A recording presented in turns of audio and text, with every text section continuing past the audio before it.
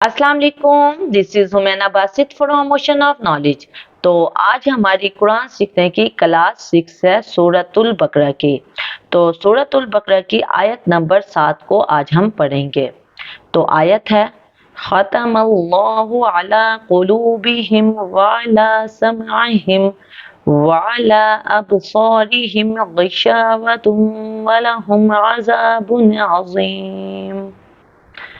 खातमा मोहर लगा दी, अल्लाह अल्लाह ने, अला पर, कुलूबिहिम दिल उनके, वाव और, अला पर, समअहिम कान उनके, वाव और, अला पर, अबसारिहिम आंखें उनकी, गिशावतुन पर्दा है, वाव और, लहुम उनके लिए, अजाबुन अजाब, अजीम बड़ा। तो तर्जुमा हुआ, अल्लाह ने उनके दिलों पर और उनके कानों पर मुहर लगा दी और उनकी आंखों पर पर्दा है और उनके लिए बहुत बड़ा अजाब है। पहला वर्ड है वो है खातमा। इसका जो मानी है, मीनिंग है, वो है मोहर लगा दी।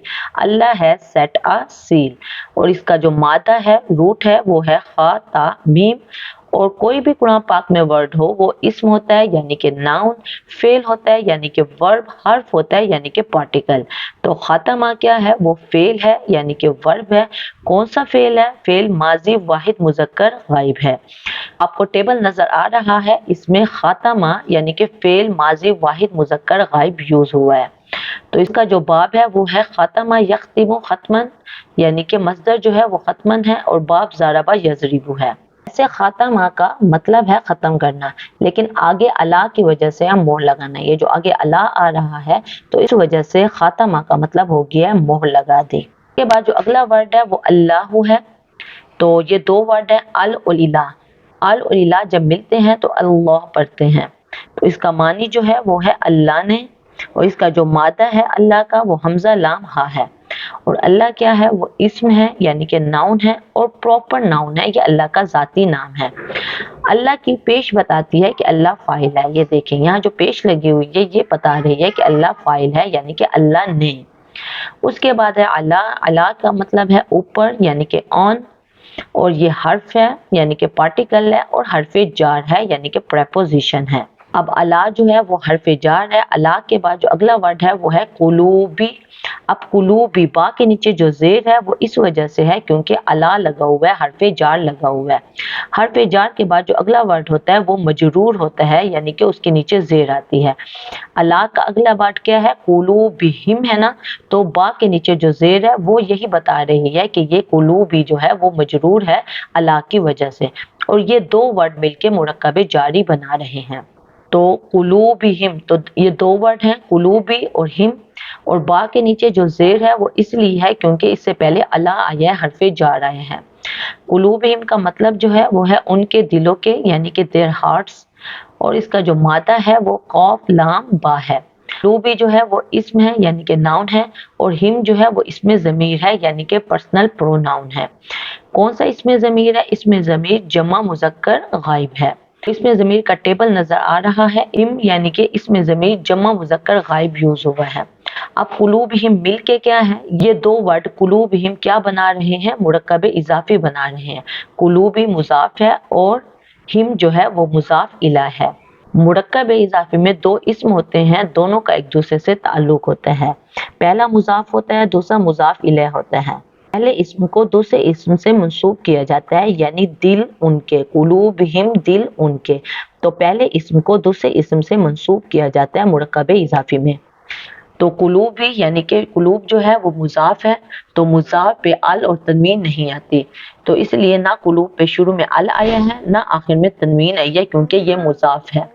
वैसे अरेबिक में जमा बनाने के लिए किसी भी वाहिद के साथ वो नून लगा दें, यानी कि कल्बुन है, इसके साथ वो नून लगा दें तो वो जमा बन जाता है यानी कल्बूना।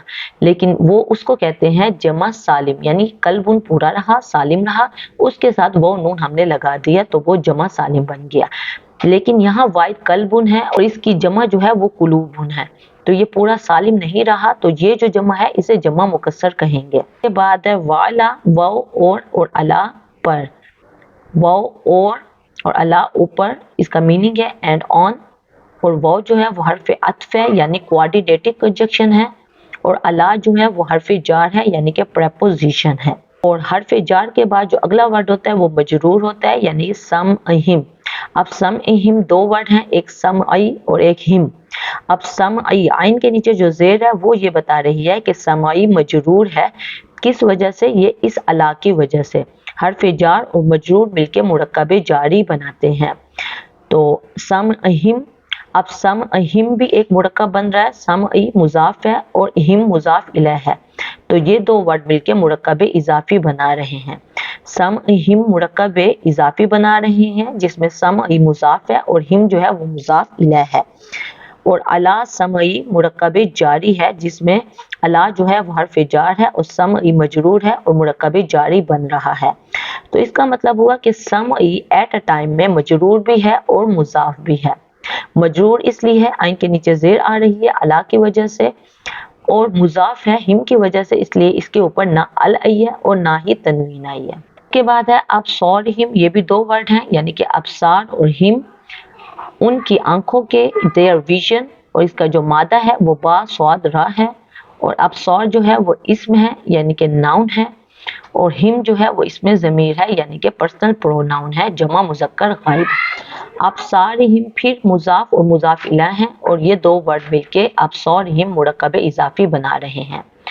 اس کے بعد ہے غشاوۃن یعنی کہ پردہ ہے، اذا فعل، اس کا جو مادہ ہے وہ غائن شین واو ہے، اور یہ کیا ہے؟ یہ اسم ہے، جب بھی آخر میں تنوین ہو، دو زبر دو زیر اور دو پیش کو تنوین کہتے ہیں، جس کے آخر میں تنوین ہو یا شروع میں ال ہو تو وہ اسم ہوتا ہے یعنی کہ ناؤن ہوتا ہے۔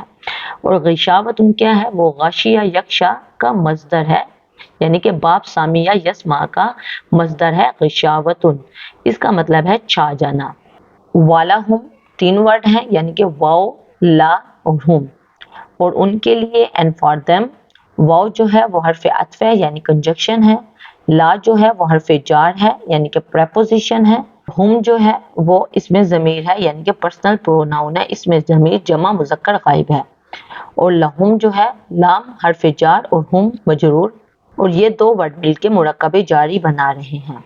اس کے بعد ہے عذاب یعنی کہ عذاب ہے، ایزا پنشمنٹ، اور اس کا جو مادہ ہے وہ عین زال با ہے، اور یہ اسم ہے کیونکہ اس پہ تنوین لگی ہے۔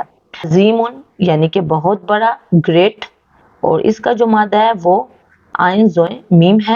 عذاب بھی اسم ہے اور عظیم بھی اسم ہے یعنی کہ ناؤن ہے۔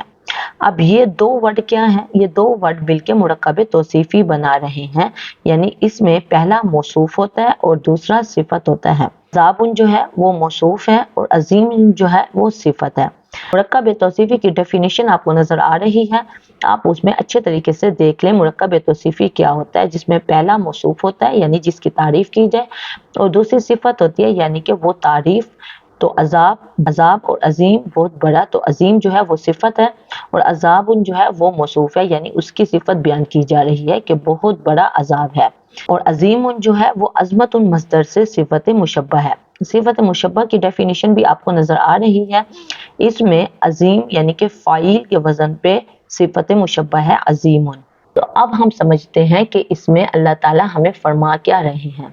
تو اس آیت میں یہ واضح فرمایا گیا ہے کہ ضد اور ہٹ دھرمی بڑی خطرناک چیز ہے۔ اگر کوئی شخص ناواقفیت یا غفلت وغیرہ کی وجہ سے کسی غلطی کا ارتکاب کرے تو اس کی اصلاح کی امید ہو سکتی ہے، لیکن جو شخص غلطی پر اڑ جائے اور تہیہ کر لے کہ کسی بھی حالت میں بات نہیں ماننا ہے، تو اس کی ضد کا آخری انجام یہ ہوتا ہے کہ اللہ تعالیٰ کی طرف سے اس کے دل پر مہر لگا دی جاتی ہے، جس کے بعد اس سے حق کو قبول کرنے کی صلاحیت ہی ختم ہو جاتی ہے۔ اللہ تعالیٰ اس حالت سے محفوظ رکھے، لہٰذا اس پر شبہ نہیں ہونا چاہیے جب خود اللہ تعالیٰ نے ان کے دل پر مہر لگا دی تو معذور ہو گئے، اس لیے کہ یہ مہر لگانا خود انہی کی ضد اور تہیہ کرنے کا نتیجہ ہے کہ حق بات نہیں مانی۔ تو کوئی کنفیوژن ہو، کوئی مسئلہ ہو، کوئی بات سمجھ نہ آئی ہو، آپ نیچے کومنٹ میں پوچھنا، میں انشاءاللہ کومنٹ باکس میں اس کا ڈیفینیٹلی جواب دے دوں گی۔ تو اپنا خیال رکھیے گا، اوکے، پھر اللہ حافظ۔